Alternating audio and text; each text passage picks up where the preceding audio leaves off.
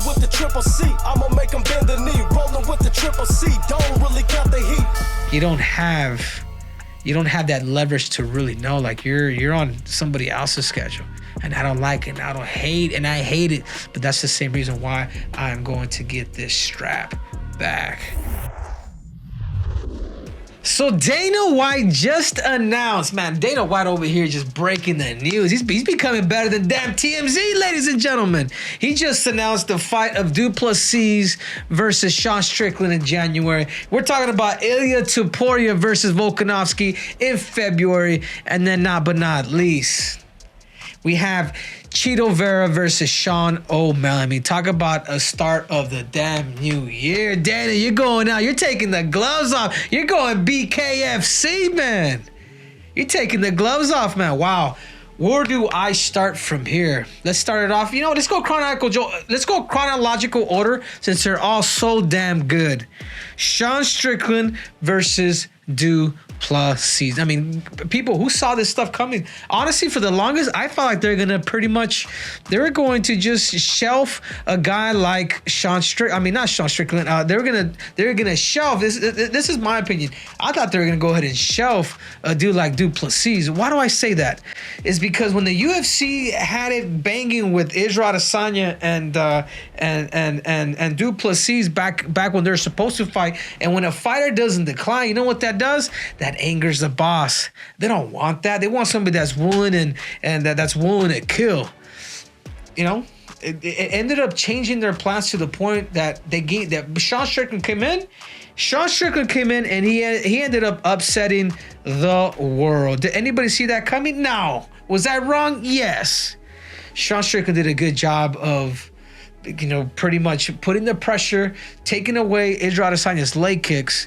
And there it was. I mean, he won maybe 4 rounds to 1. I think me watching the fight, I thought it was 3-2 Strickland. But either way, he ruined the plan. That was supposed to be Plessis. That's why I'm bringing that whole stuff up. Because what happens if Israel beats a Plessis in Sydney? He continues to keep elevating his brand. He continues to keep building storyline. And it was the title of who is the real African, right? You guys remember that? You guys remember when Israel was calling and with all right, my neighbor, all right, my neighbor. You guys see what I'm saying? Like this was a storyline that was sizzled, that was supposed to be big, but now the simple fact that they're making the fight with Plessis versus Sean Strickland, that lets you know 2 things. One, Khamzat Chimaev is not willing and he's not willing to take the fight in January. I don't know, for whatever reason. Maybe there's injury. Maybe he feels like he needs more time. Because I guarantee you, the first people that the UFC went out to actually look for was Khamzat Chimaev. But what happened there? You know what I'm saying? It sounds like Chimaev injured. Does he feel, is there a lack of confidence? Would he feel ready to fight in January? Because he always says, I smash everybody, anytime, anywhere. I smash, I love to smash. I personally think it was actually a good, decision from Khamzat. I promise you guys that's what it is.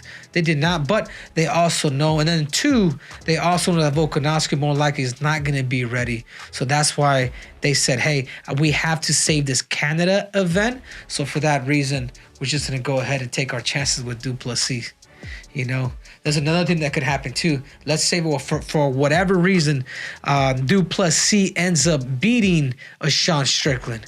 You know what that does? When Israel said he wanted to fight till 2027, that brings him back in.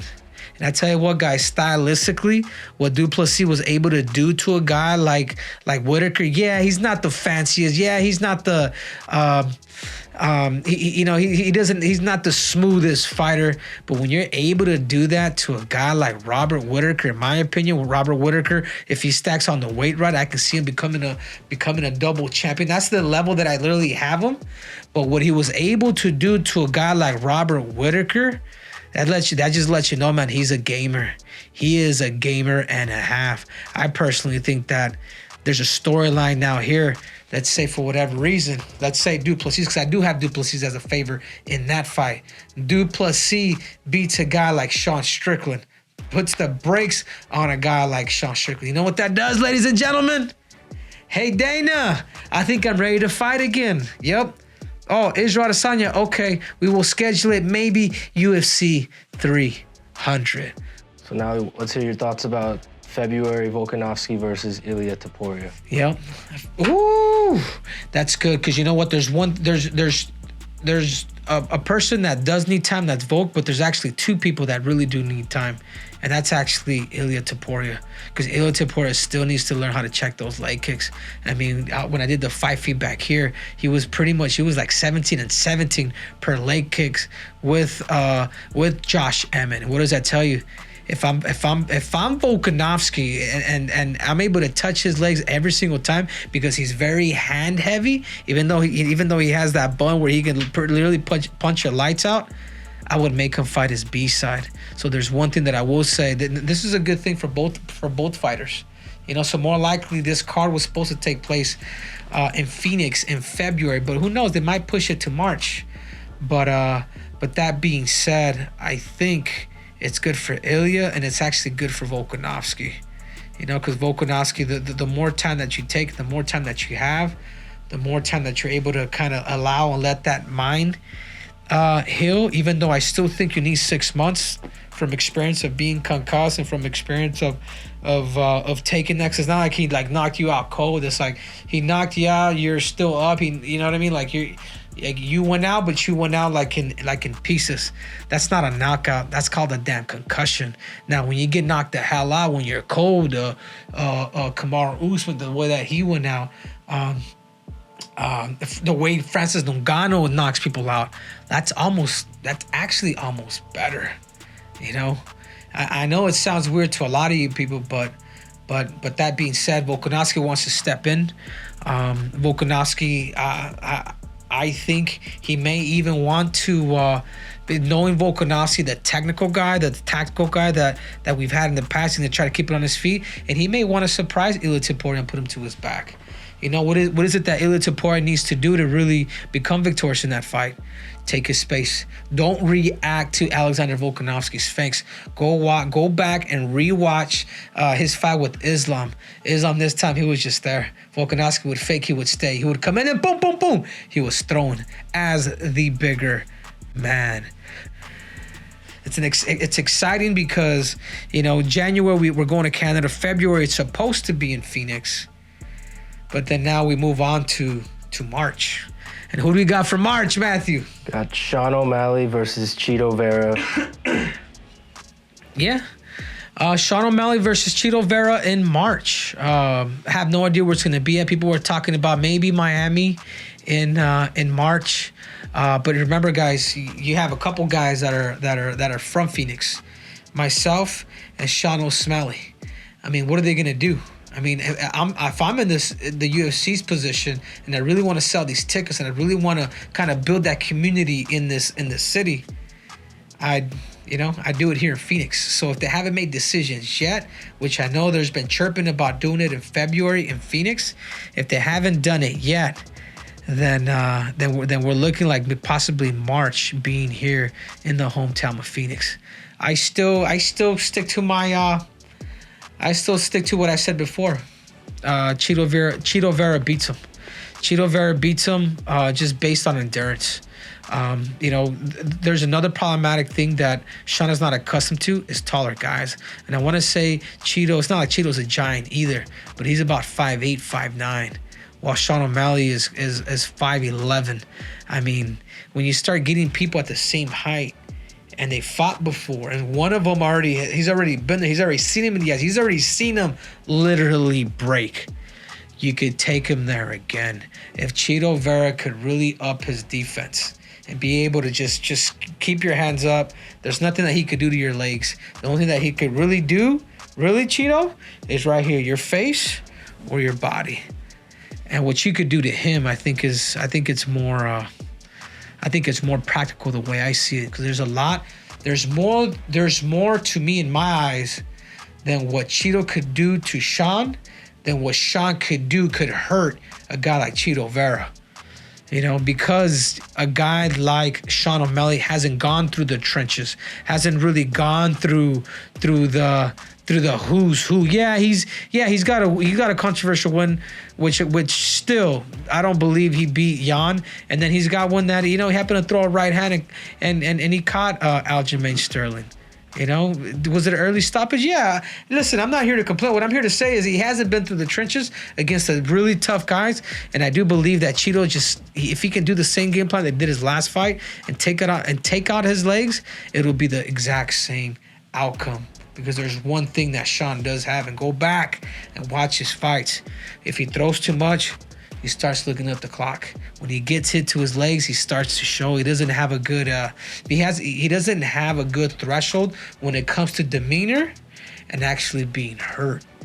So this fight, that when it takes place in March, I know, obviously I'm looking to fight Merab. We're talking about Phoenix, but now I don't know if it's going to be February, it's going to be March. But this is when you're not a champion, which sucks. You don't have that leverage to really know. Like you're on somebody else's schedule, and I don't like it. And I hate it. But that's the same reason why I'm going to get this strap back. I'm talking about my strap, not some other damn straps. All right, ladies and gentlemen, what you got for me, Matthew? So you obviously think Chito is going to beat O'Malley, but do you think he's even deserving of the title shot, or do you think it should have been Aljamain Sterling rematch or anyone else? Yeah, I think the right thing would have been either Aljamain or Merab, or stylistically or through storyline. I would say me. We're both from Arizona. You want to make a big fight. I've punked them in the past. Like, it's time for us to kind of get jiggy with it. Fight in the most political way. Right here, the fight game. Enough talk. You know what I'm saying?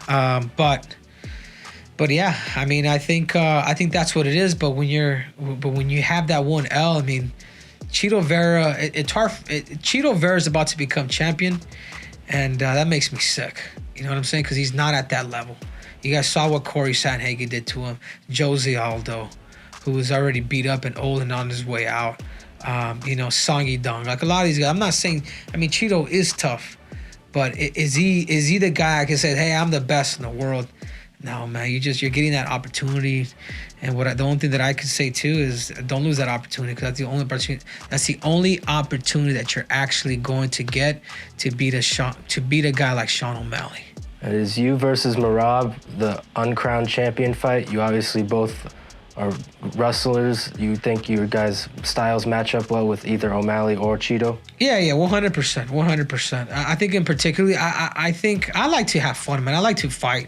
I like to throw punches. Could I wrestle the whole damn time? Yeah. But a guy like Merab, it's the same reason why Merab is not getting the title shot. It's the same reason why he's not in that loop, is because he's too boring. He's too much of a crotch sniffer. You have to be willing and able to literally take chances, throw knees, throw hands, do certain things before you maybe bring that wrestling in. But too much of anything is just, and that's not entertaining, it won't get you anything.